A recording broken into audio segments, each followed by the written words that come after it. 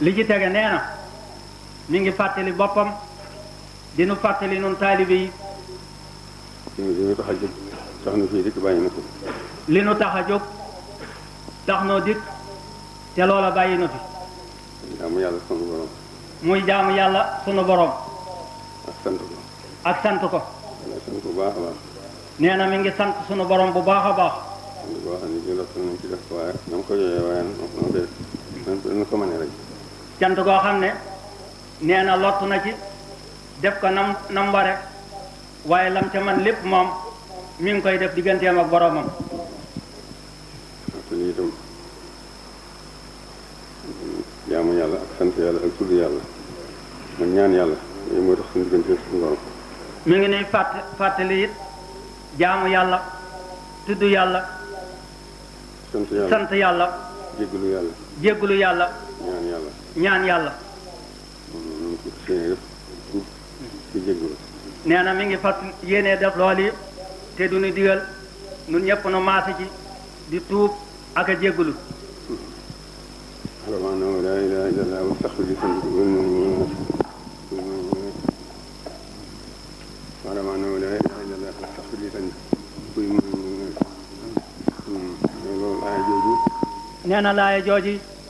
nan ci nekk nan ci nekk te fas ci yéenee sax foofu sunu borom dafa wax ne amul benn buur bu dul moom kon nag foo toll na ngay jéggalu li dox sa digganteeg moom ci ay bàkkaar.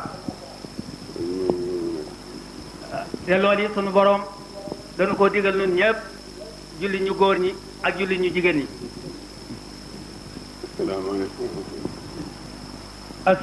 asalaamaaleykum wa rahmatullahi taala wa barakaatuhu.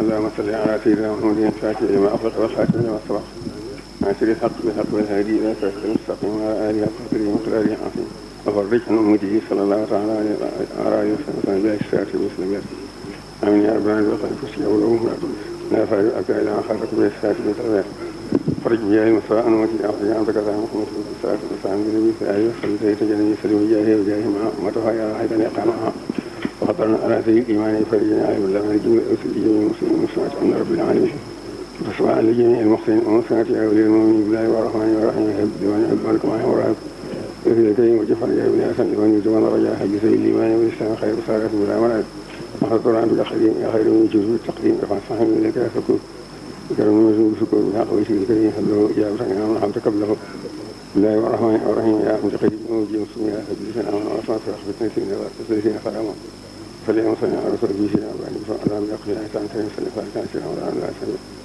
تقبل هذه الساعة وأسئل الأسم الخير من الوقت أسمى ساتكم كل ما تعالى بخير تقبل أن يحفظون كل ما لا يصبر رحمه لا لما لا يصبر لك الإيمان وكنا آخر أصفاد عن الأبلان سبحان ربك رب العزة عما يصفون وسلام وسلام بالله